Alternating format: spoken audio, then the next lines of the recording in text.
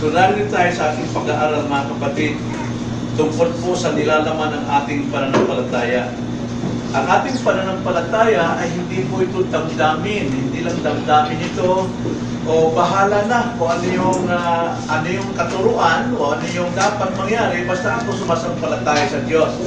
Napakabago po na paniniwala yan. Yan po ay lundag sa dilim. Ibig sabihin, baka sakali, bahala na.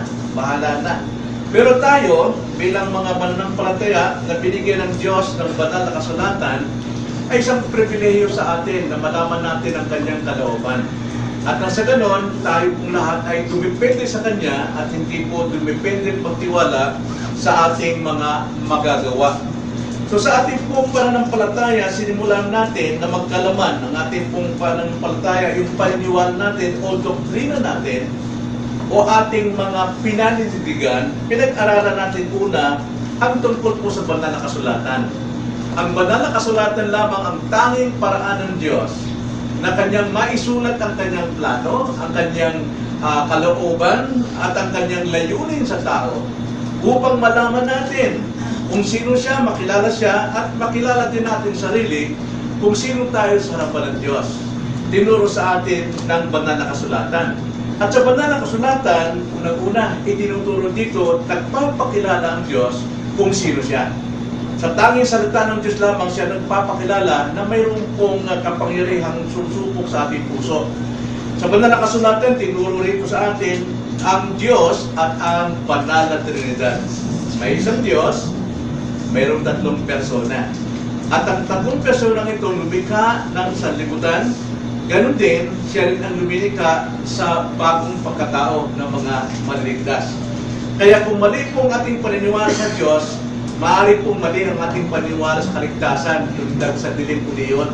Sapagkat kung paano nilikha ng Diyos ang sanlibutan na tatlong persona, dapat yun din ang ating tangkilikin at paniwalaan na tayo nilikha ay tayo niligtas sa tatlong persona. Ang Diyos ang bibig sa atin, si Kristo ang tumupo sa atin, at ang Banal na Espiritu ang bumuhay sa atin upang matanggap natin ang pag-ibig ng Diyos at ang katubusan ni Kristo. At pagkatapos, pinag-aralan din natin na bagong lahat ng simula, itinakda na ng Diyos ang lahat ng maaaring mangyari.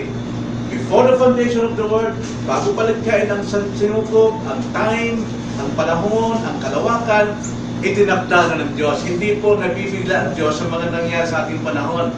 Lahat po na nakikita natin sa ating panahon, lahat na nangyayari sa atin, yan po ay itinakda ng Panginoon. At dahil sa kanyang pagtatakda, na ito'y mangyari, nilikha niya ang lahat ng bagay. Kaya mayroon pong creation. Nilikha niya upang may sa katuparan ang lahat ng kanyang mga itinakda ayon sa kanyang gawain katungkulan ng bawat nilikha. At pagkatapos, pinangasiwaan niya ito ng kanyang providensya. So ang mundo po, gaya ng ibang turo na pag lumabas ang mundo, iniwan na ng Diyos yan at hayaan siya mag-evolve sa kanyang sarili. Yan po ay isang maling aral. Hindi po yan laman ng ating pananampalataya. Kundi, nung likhain ng Diyos ang lahat ng bagay, pinamalaan niya ito ng kanyang providensya upang bawat bagay may sagawa niya ang itinakdang layunin ng Diyos. Kaya wala po aksidente sa atin. Lahat ng ginagawa lang natin kung ano yung tinakda ng Diyos. Halimbawa, itinakda ng Diyos ng lahat ng pagsuway ay kamalasan, kamatayan, lahat pagturo sa impyerno. At ang pagtalima naman, pananampalataya naman sa Kanya, sa kay Kristo, ay mayroong kasaganahan, mayroong buhay na walang hanggan. Kaya bawat isa sa atin, siya nasa katuparan natin kung ano yung tinakda ng Diyos. Kung matigas ang puso mo, isa nasa katuparan mo lamang yung kaparusahan na kahanda sa iyo. Pero kung ikaw naman ay masunod sa Panginoon, isinasa katuparan mo lamang itinakda ng Diyos sa buhay. Kaya napakalagang malaman natin ang katotohanan. Ito po yung tawagin ay providensya. At itinuro din sa atin sa banal na kasulatan ng tao ay hindi na natiling inosente, no? Nahulog ito sa kasalanan. At dahil ang tayo nahulog sa kasalanan, lahat po ng nilalang ay nasa sumpa ng kasalanan. At ang sumpa ng kasalanan ay kamatayan, hindi lamang sa pisikal, kundi kamatayan sa impyerno. Dahil dyan, ang Diyos ay gumawa ng paraan upang maabot ang mga taong patungo sa impyerno, sapagkat walang sino mang tao maaaring makapanumbalik sa kanyang tunay na kalagayan. Ang Diyos ay gumawa ng tim sa kanyang pangako, sa kanyang gawa, na iligtas niya ang mga tao. No? Yung kanyang mga itinagdad, pinili. At kaya naman, itinagda si Kristo na siyang maging daan, ang katotohanan, at ang buhay. Siya lamang ang nag-iisang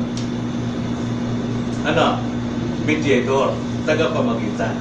At ngayon, handa na dyan, no? Si Kristo na ang namatay at siyang naging tagapamagitan sa Diyos at sa tao. Ngayon, ang tao naman, titignan natin, dahil ang tao ay bumagsak sa kasalanan, ano na ang kanilang maging kalagayan? Maraming katuluan at napakalaga ito pagdating po sa kaligtasan, yung pong malayang kalooban, tawagin yan, free will. Okay? Free will. Nasa tao daw, sa kanyang sariling kalooban, kung gusto niyang maligtas o hindi. Nasa tao daw, kung kailan niya gustong maligtas at kung kailan niya gustong gumawa. Nasa tao daw, kalayaan ng tao. Bago natin ito talakayin, atin mo nang i-summarize yung ating napag-aralan tungkol sa kalagayan ng tao. Nasimulan natin na ang tao ay i-picture natin sa isang baso. Kaya dan, no? Isa siyang baso, okay? Na puno siya, punong-puno siya. Malinis, nung una, inosente siya. Alam natin si Adan ay nilikha siya, 30 years old na siya nung maging tao. Hindi siya nagsimula as a baby. So kung siya ay nilikha ng Diyos, wala talaga siyang kalaman-laman. Walang kalaman-laman. Wala siyang kalaman-laman, wala siyang kasalanan, wala rin siyang alam pa na kalaguan sa kalooban ng Diyos. So dito, malaya siya ngayon. Yan ang tao. Yan ang totoong malaya dahil wala pa siyang laman. At tulad sa atin, mga tao, hindi tayo malaya eh. Kasi sinilang tayo makasalanan na. Si Adan, sinilang na walang kasalanan malaya. Kaya may tendency siyang papalago ang kanyang buhay sa kalooban ng Diyos. Dahil nagbigay ang Diyos sa kanya ng kautusan. Gawin mo ito, ganyan na. So, mayroon siyang paglago. Pero, sa kanyang kalaguan, dahil siya po'y malaya, maaari siyang bumagsak. Maaari siyang mahulog. Okay? So ngayon, nahulog siya. Isang patak ng kasalanan o tinta. Parang natin tinta ito. Ngayon, pag hindi pumatak sa malinis na tubig, malinis, yan ay contaminated na. Wala nang malinis dyan. Okay? So ang tao ay ganap na masama. Masama ng kanyang kalagayan. Ibig sabihin, hindi siya kriminal. Ano pa, kundi masama ang kanyang likas. Punong-puno ng kasalanan. Ngayon, dahil kay Adan at kay Eva, nanganak yan. At ang anak na, ang lahi niyan ay pawang mayroong kasalanan. So, palagyan natin mga tao. Ano ba mga tao? Okay.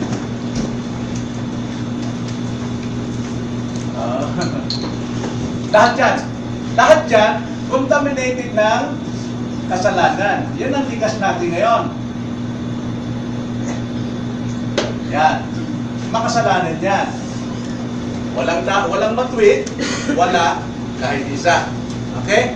Kumbaga, ang buhay ng tao ngayon ay tutumbas naman natin sa isang, palagyan natin, aquarium. Okay? Sa isang aquarium,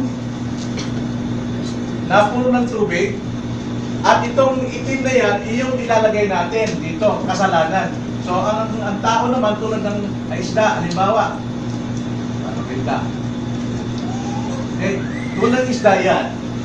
Ng isda, malaya siyang maglalalangoy sa buhay niya dito sa loob ng aquarium. Free will. Malaya ang kanyang kalooban, pero nasa larangan o nasa daigdig ng kasalanan. Itong isdang ito, wala siyang kalayaang maging ibon. No?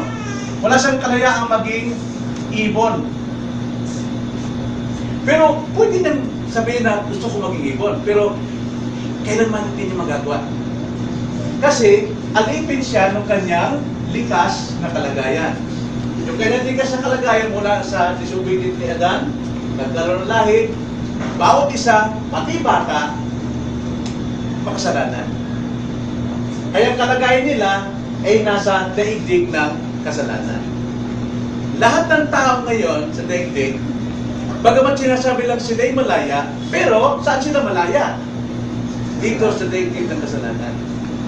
Hindi sila pwedeng makagawa ng spiritual na bagay tulad ng gawain ng ibon.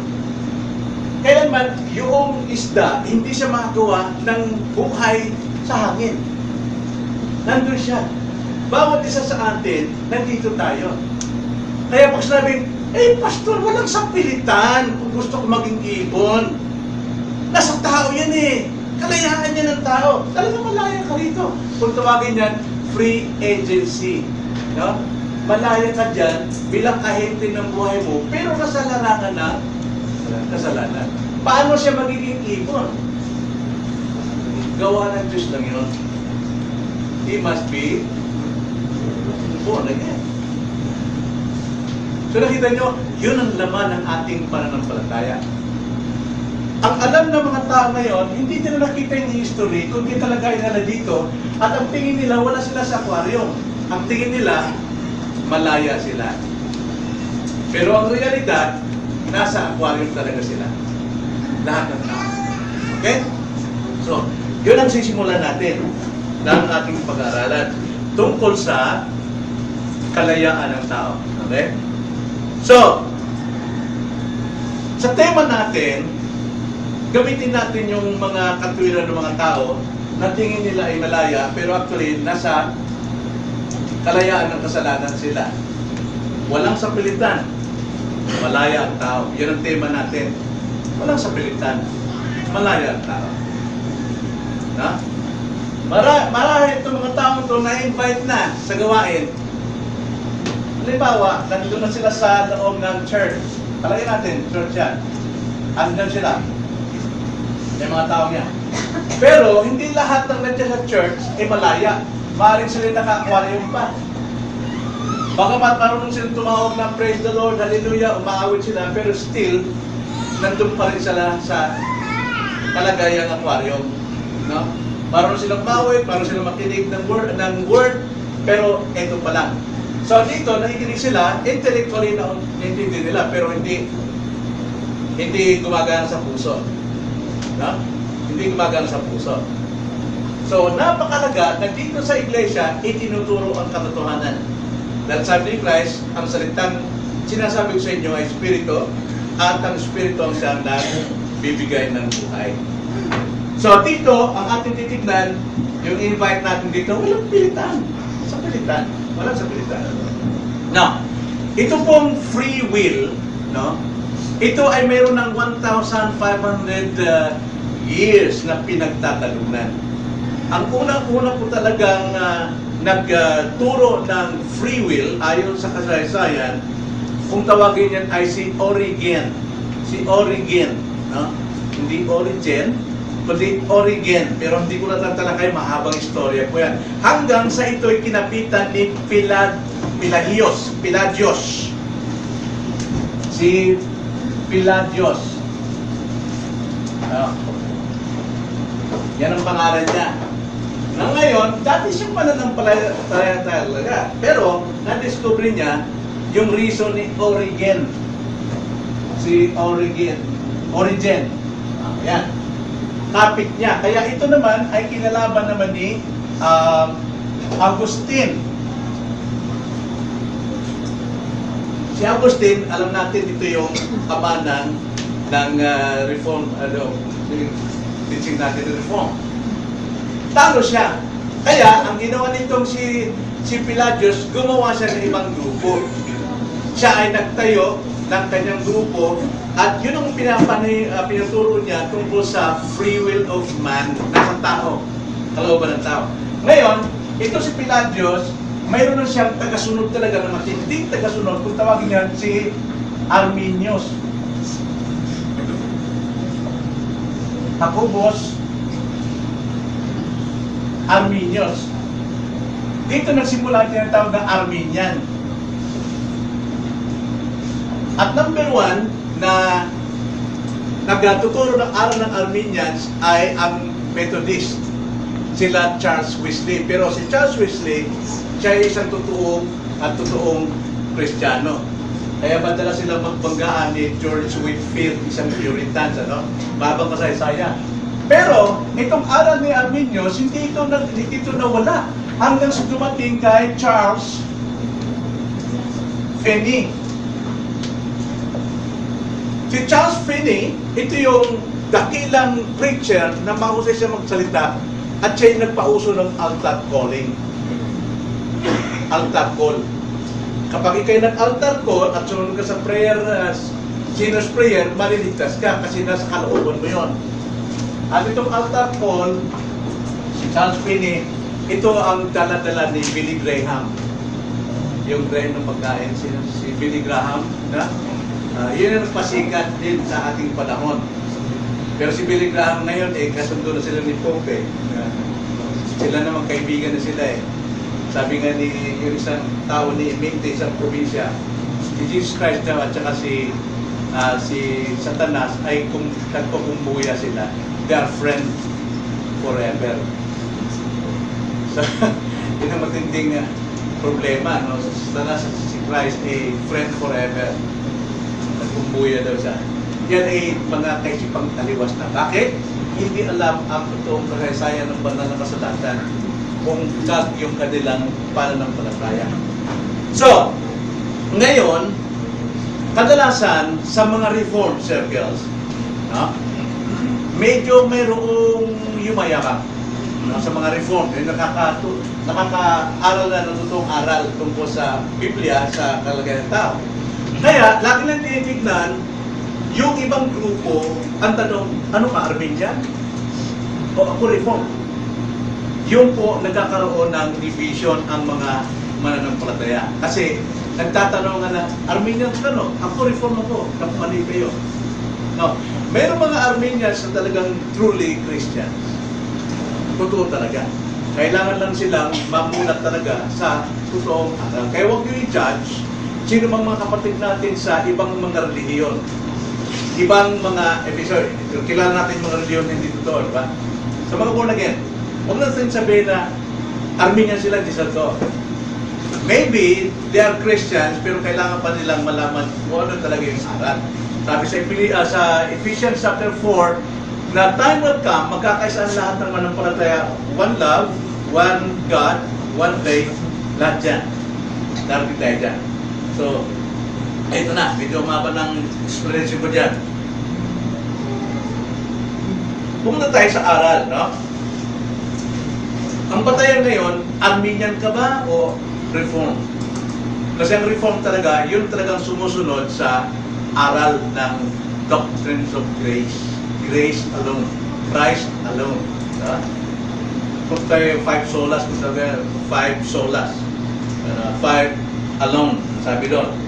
Pero titignan natin, hindi yung anong doctrine ng napapalibot, kundi lumapot tayo sa Biblia. Ano ba ang sinasabi ng Biblia pagdating sa kalayaan ng kalooban ng tao? Diba lahat tayo may kalayaan? Pero pagdating po sa kaligtasan, hindi natin pwede gamitin yung kalayaan. Pero ngayon, malaya ka kung gawin mo. Nandito ka, malaya ka dyan. Pero kung ikaw ay labas na dyan, nandito ka sa church, malaya ka pa rin. Malaya ka. Pero dapat natin i-qualify natin. Dapat natin itong unuwahin. Tingnan natin sa Biblia. Sa Matthew 12:33, ganito po pagkakasabi. Ito po yung talinahagan ng Panginoon, pero napakalinaw pong paglalarawan tungkol sa kalooban ng tao. Yung free will of man na sinasabi ng tao. Ang sabi ni Jesus Christ, Matthew 12:33-37, ang sabi niya, o gawin ninyo mabuti ang puno at mabuti ang bunga nito. Pag mabuti raw ang puno, mabuti ang bunga. Gawin ninyo masama ang puno at masama ang bunga nito. Sapagkat ang puno ay nakikilala sa pamamagitan ng kanyang bunga. So ang tanong dito, hindi tanong natin Armenians ka ba o Reform ka ba? Kundi ang tignan natin, ano bang buhay niya? Right? Bunga dapat. Ano bang buhay niya? Nandito pa ba siya gawaing sanlibutan? O siya ba ay nauuhaw sa mga bagay na spiritual? Okay? 34. Kayong lahi ng mga ulupong, paano kayo makapagsasalita ng mabubuting bagay kayong kayo ay masama? Ang isang masama, kailanman hindi talaga makapagsasalita ng matuwid. Laging masama ang laging salita niya, may palaging matama ng masama. Kahit ano pang husay ng pananalita mo, na ituwid mo isang tao na masama naman mula sa puso, hindi magbubunga yan ng matuwid doon sa mga taong iyong kinakausap. Okay? Verse 35, ang mabuting tao ay naglalabas ng mabuting bagay mula sa kanyang mabuting kayamanan. At ang masamang tao ay naglalabas ng masasamang bagay mula sa kanyang masamang kayamanan.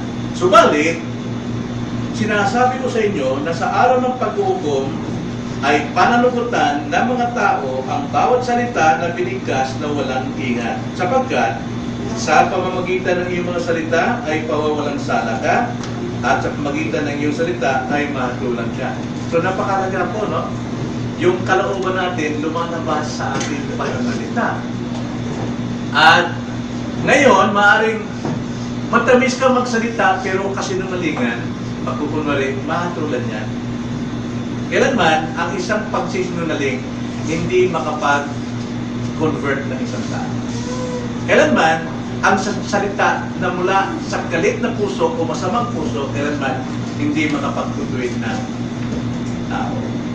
So dito yung pinapakita sa atin Jesus Christ, sa English, magkakamali daw dyan, na ang kalooban ng tao, inumpare sa una, bad tree, then bad chest, yung lalagyan ng kayamanan, which is our puso. Then, ano yung pangatlo? Bad fountain. Kapag isang bad fruit, hindi pwede magbunga ng mabuti yan. No, masama ang puno, masama ang tatay, yung mga anak niyan talagang masama din. Ha? Tapos kung masama naman ang puso mo, yung chest, check yung mga salita mo, hindi kayamanan. Masamang kayamanan din yan. At ang sabi, bad fountain, isang source ng tubig, isang bukal, pagka yan ay maalat, lahat ng lalabas dyan maalat din. Kaya nakita natin na ang isang kalooban ng tao hindi nababatay sa panlabas, kundi nababatay sa panloob. So, atin linawin ito. Una, ito yung malinaw na ilustrasyon. Nakita nyo? Ito yung mundo ng tao. Ang tao ay alipin ng kasalanan. Pero malaya siya. Gusto niya umattend, nasaya. Nasa kanya. Gusto niya mag-pray, okay. Gusto niya mag-share, okay. Pero never makagawa talaga siya ng gawain spiritual. No? Now, tingnan niyo ang sabi sa Jeremiah chapter 13, verse 23. Tungkol doon sa Ethiopian at saka sa isang leopard. Makikita natin ito yung principle ito yung pinaka-picture dyan. Basahin ko, no? Ganito ang sabi. Mababago ba ng Ethiopia ang kanyang balat? Ethiopia yung negro, no? Yung maitim. Mababago ba ng Ethiopia ang kanyang balat?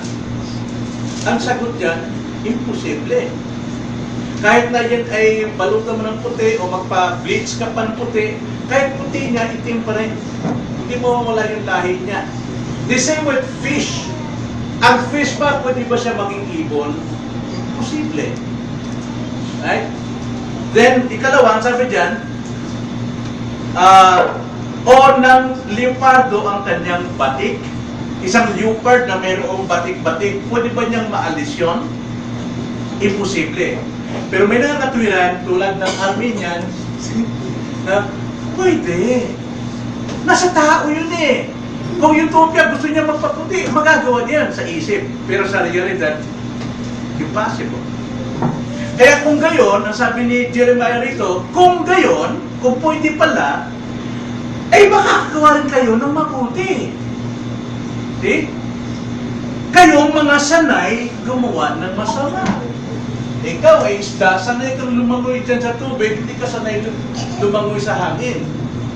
Ngayon, kung pwede pa lang ang isda maging ibon sa kanyang sariling magagawa, eh pwede pa lang niyang lumipad. That's impossible. Kaya tingnan natin ang pagkakahulugan ng tao tungkol sa free will of man. Now, hindi ko na binasa itong 1689, kaya na lang po pumasa. Kasi marami ako medyo hindi na tinalakay dito. Senior cut ko na lang para mapadali tayo. Medyo napahaba ng oras ko. Una, tingnan natin yung pagkakahulugan ng tao sa kalayaan, sa realidad, sa ating kalagayan. Ano bang paniniwala nila sa kanilang sarili?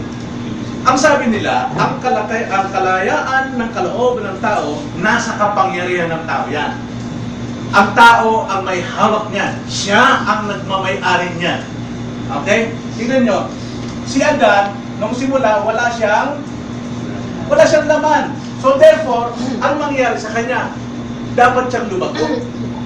Lumago siya sa tamang kaalaman. Di ba? Kasi wala siyang laman.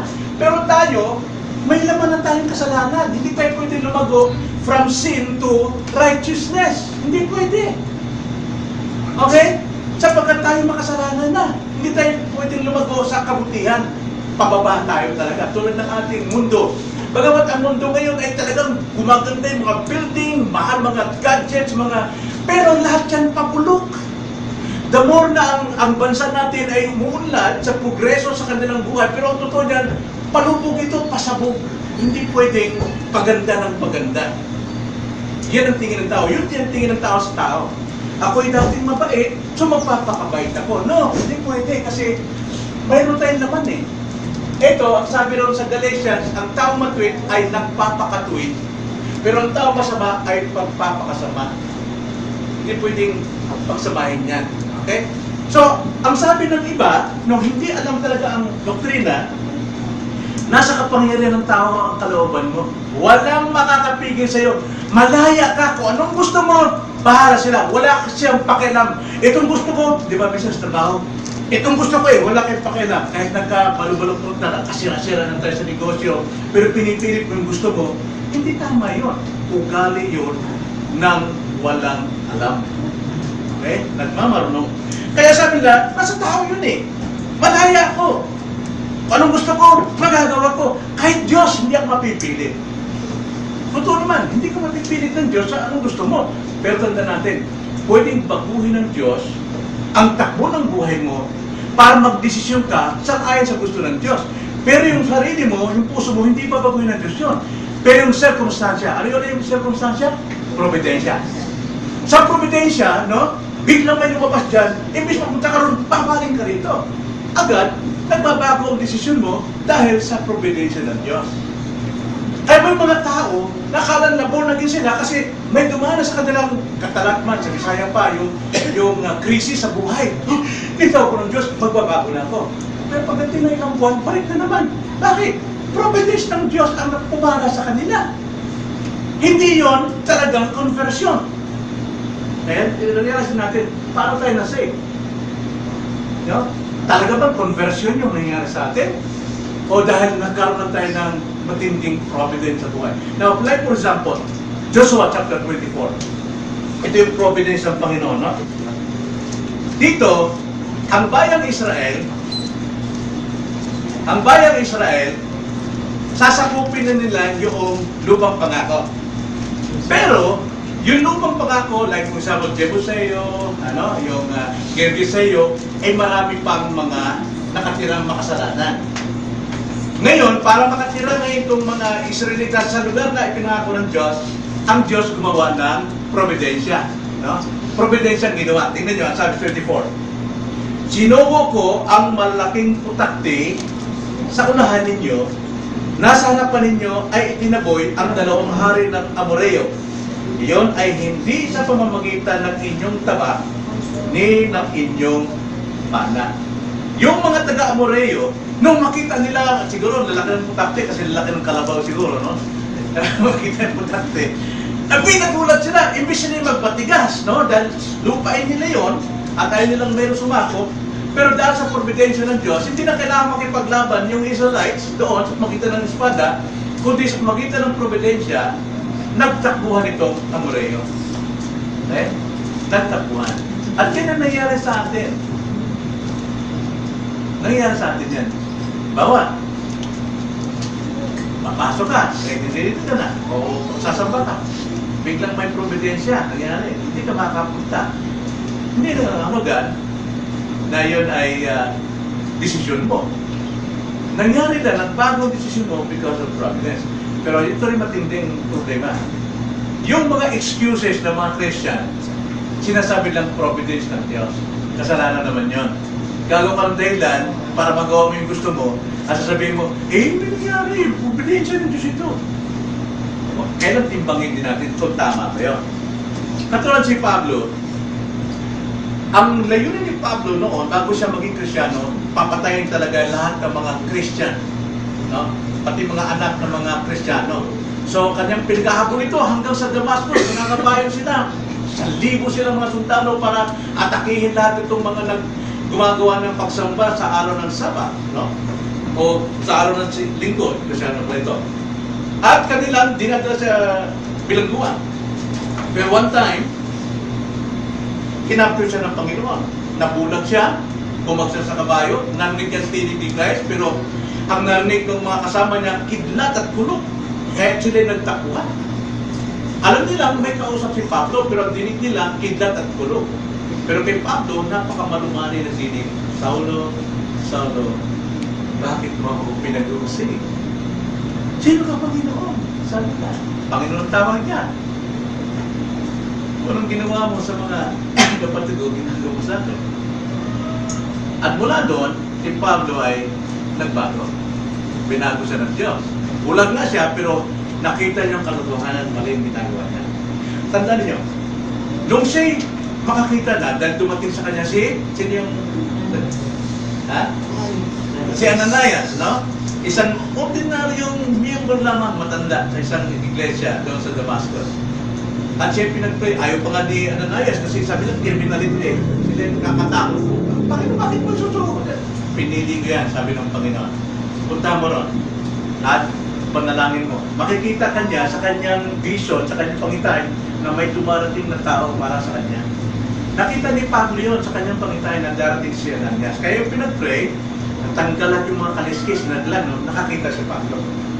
And you know what? Ano nangyari? Walang nagtulak sa kanya, walang nagtulak sa kanya, walang nagpudyok sa kanya para ipangaral yung kanyang karanasan. Yan ang born again. Pag dinanas mo talaga ang kabutihan ng Diyos, hindi mapipigil ang puso mo para ibahagi yung iyong karanasan.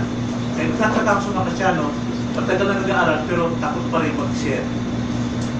Kaya tanong ko, totoo kaya meron karanasan? Hindi ko naman sinasabing wala.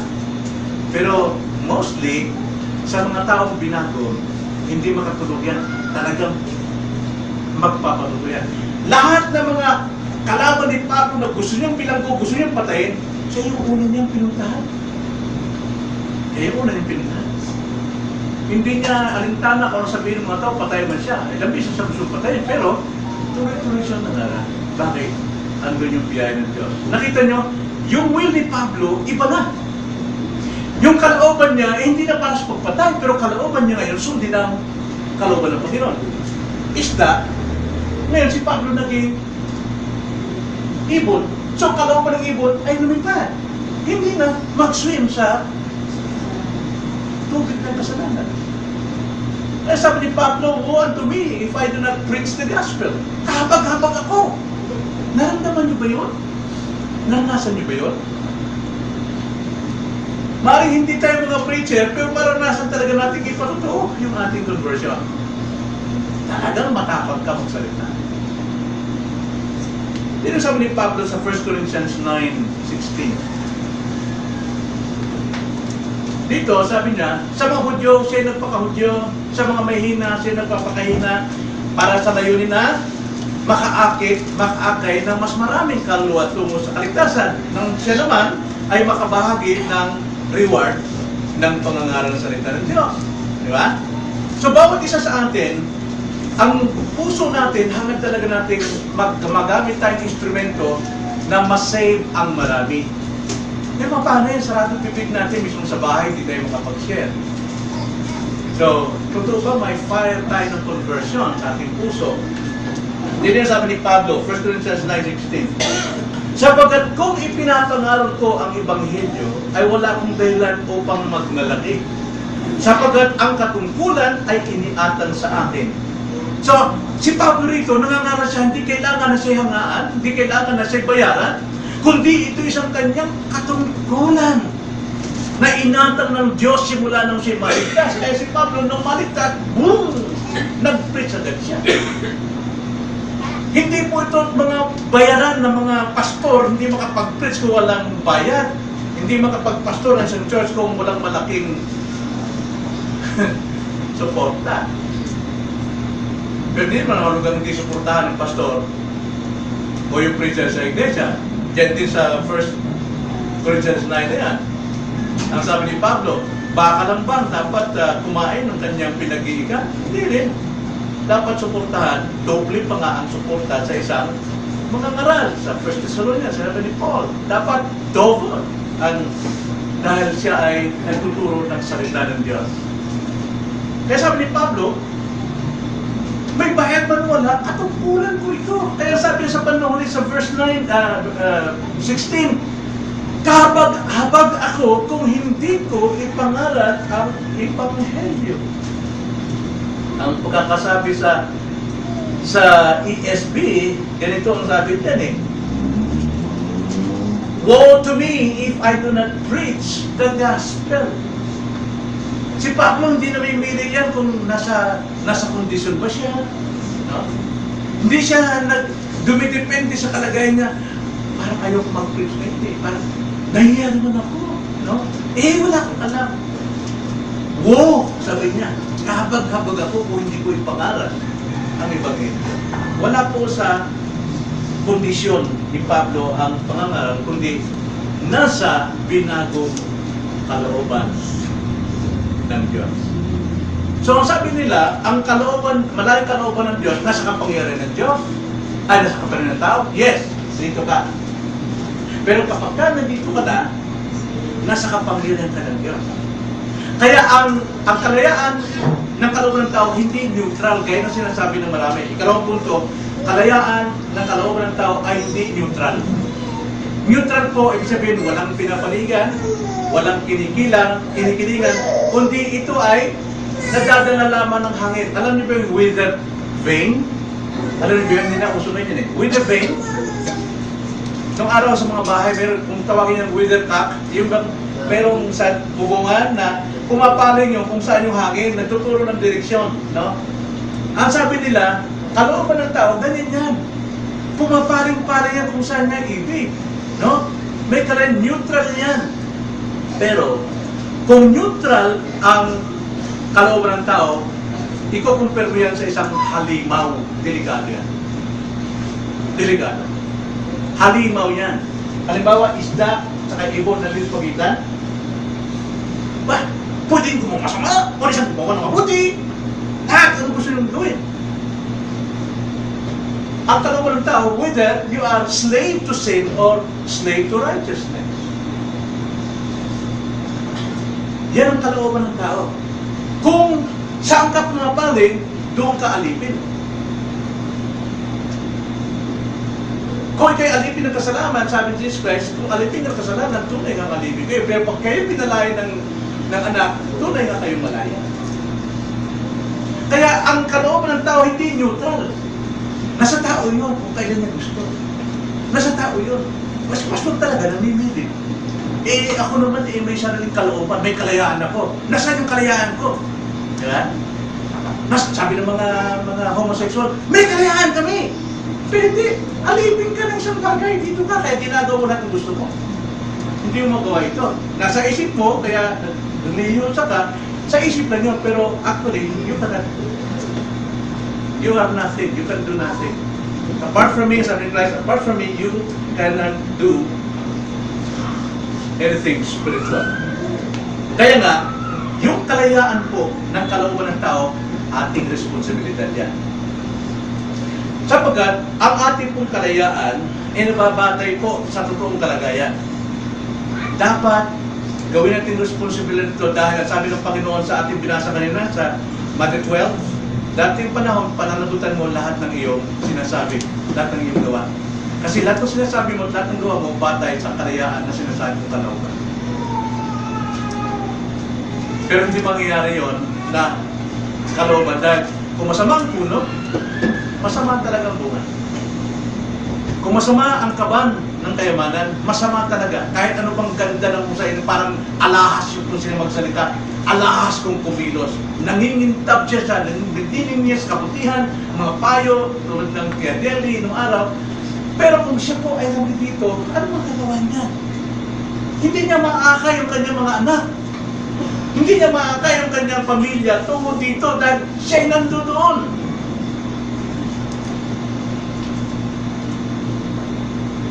Pananagutan natin yan. Kaya nga, yung ating pong kalayaan ng kalooban, tinatawagan ng Diyos sa pamagitan ng preaching, magsisi kayo at sumampalataya. Magsisi kayo at sumampalataya. Dahil kayo may kalayaan makinig, may kalayaan tayong unawa because God has given us such blessing talaga. Pero yung kalayaan yon ay dapat kalayaan para bumaling sa Diyos. Pero alam natin, tungkulin natin ang magsisi, pero gawain ng Diyos ang magbago ng ating puso. Biyaya ng Diyos yun. Eh napakalaga po ang pakikinig ng Ebanghelyo sapagkat ito po ang panawagan ng Diyos. Ito yung trumpeta ng Diyos. Ito yung sabi sa Acts 17:30.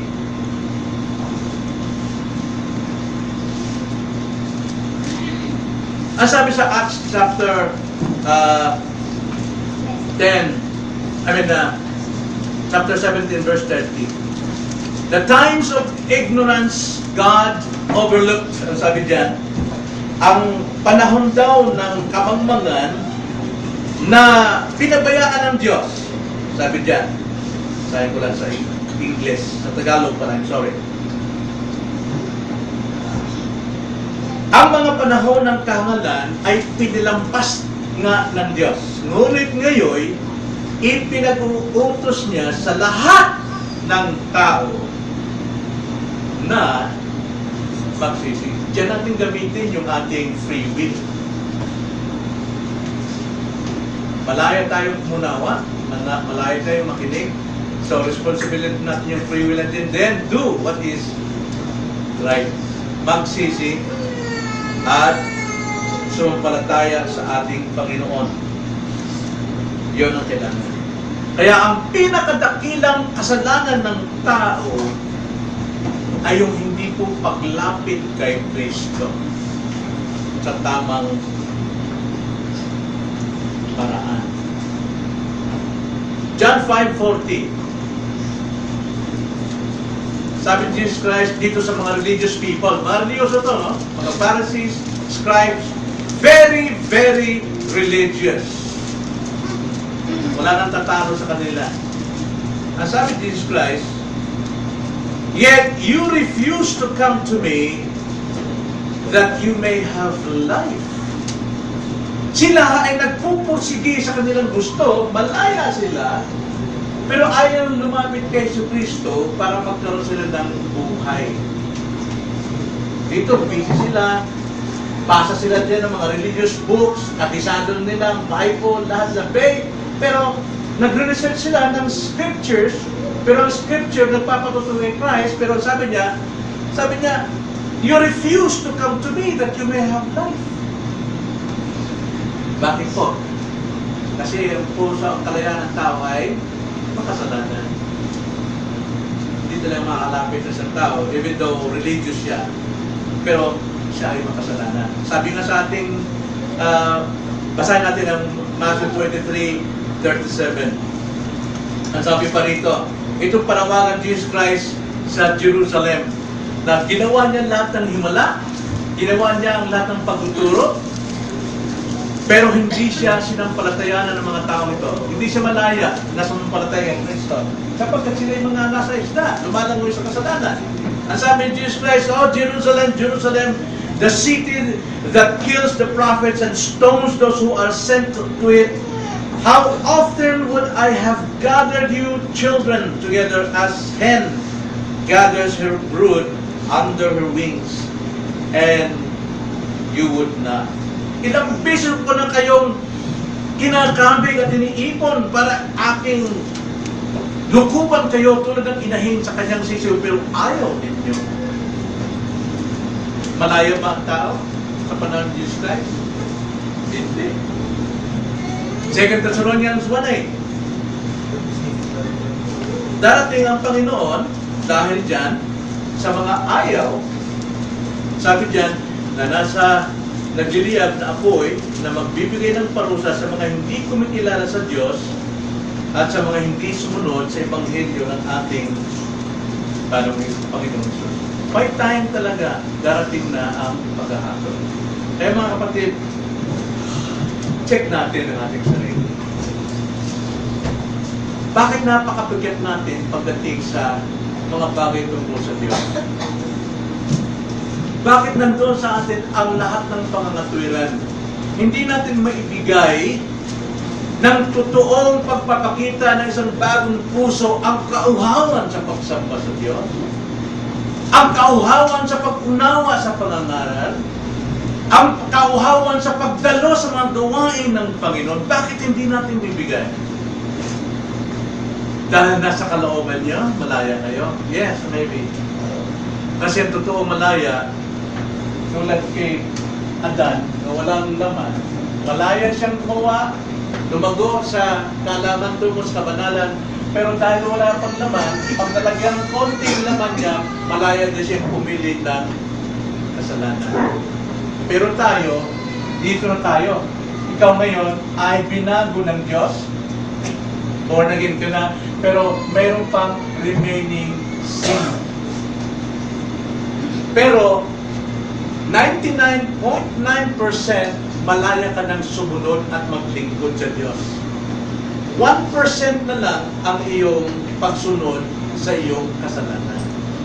So, hindi ka dapat paalipin ng 1% na yun ng kasalanan. Yan palagay. Pero, bakit nangyayari? Mas sinusunod ng mga nagsasabing Kristiyano yung dikta ng remaining sin. Tamad, magbasa, hindi nagsishare, nahihiya, no? Maraming dahilan. Ginawa ko na lahat, pastor, pero matitigas ang puso nila. Sino sinusunod mo? Yung sarili mo, kalayaan mo, kagustuhan mo, gusto mo lang na sumarap ang buhay mo, ayaw mo intindihin, nagkawendang-wendang ng buhay ng iyong pamilya. Tayuan mo naman pagiging Kristyano mo. May pag-asa ka.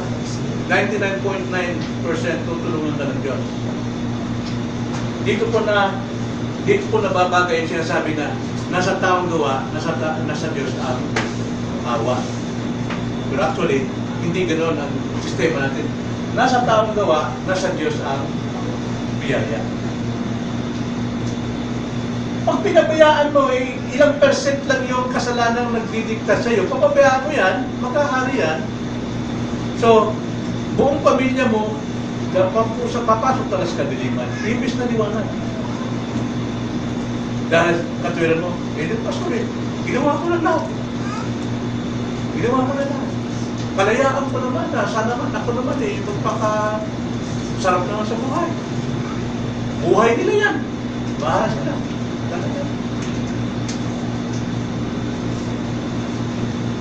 Mga magulang, tignan natin ang ating mga buhay. Saan tayo nabibisi? Sa pag-unlad, sa pagyaman, tapos nagkawendang-wendang ang buhay ng ating pamaganatan. Saan tayo mga ito? Hindi pagdating ng panahon ni sabihin, o ikaw, husto, dahil nagsikap ka at yumaman ka, malaking gantimpala mo sa langit. Dahil malaking kayamanan mong naipon mo sa sanlibutan, kahit naman ang hindi, mga anak mo yun, makikinig mo, Daddy! Daddy! Sumisigaw doon sa impyerno, okay lang yan anak. Langit ka naman. Maatim niyo ba yun, mga kaibigan? Kung ipapakita sa inyo, ng time ng judgment, na lahat kayo mong pamilya harap sa tulungan ng Diyos. Isa-isang tatawagin ng anak mo, pati ka. Isidro Dadula. Yes, sir. Akyat, lalaki. Juan de la Cruz. Yes, sir. Kinati. Impyerno ka.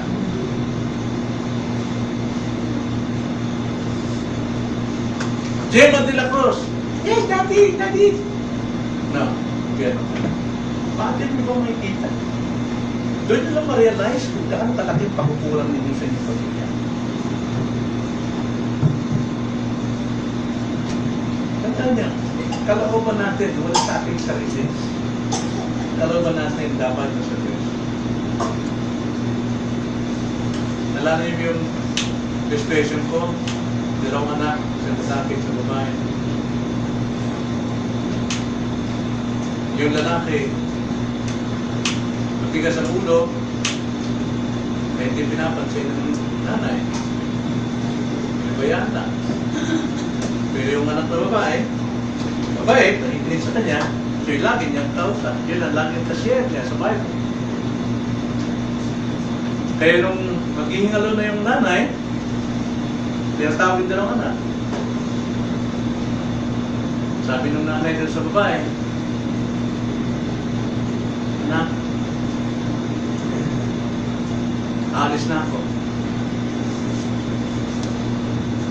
Paalam ka na. Good night. Good night, ibig sabihin matutulog yung nanay niya.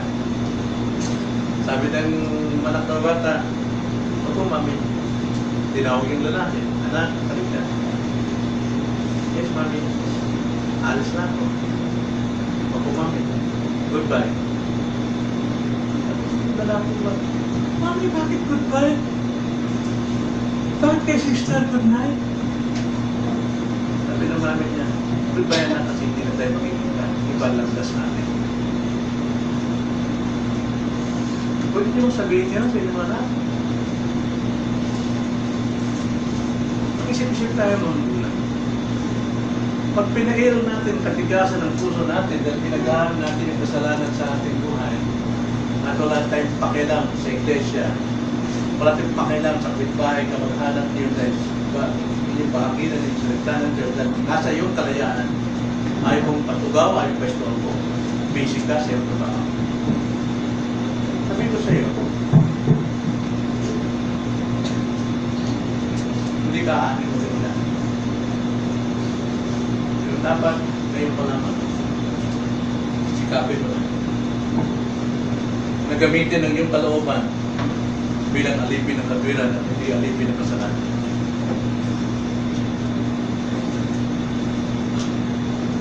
Mga anak natin may mga kalooban yan at alam natin yung kalooban nila nandito yan. Kapingin yan, maluktot palagi yan. Pero pangawakan natin ang Proverbs 22 verse 6 na mga anak natin pwede natin tuwid ang kanilang buhay para sa kinabukasan kung sila'y patuloy nating sinasanay. Sinasanay ko sa katwiran ng kabanalan. Tinuturuan lang sila sa pinagsasalitaan. Sinasanay. Tayo manalangin.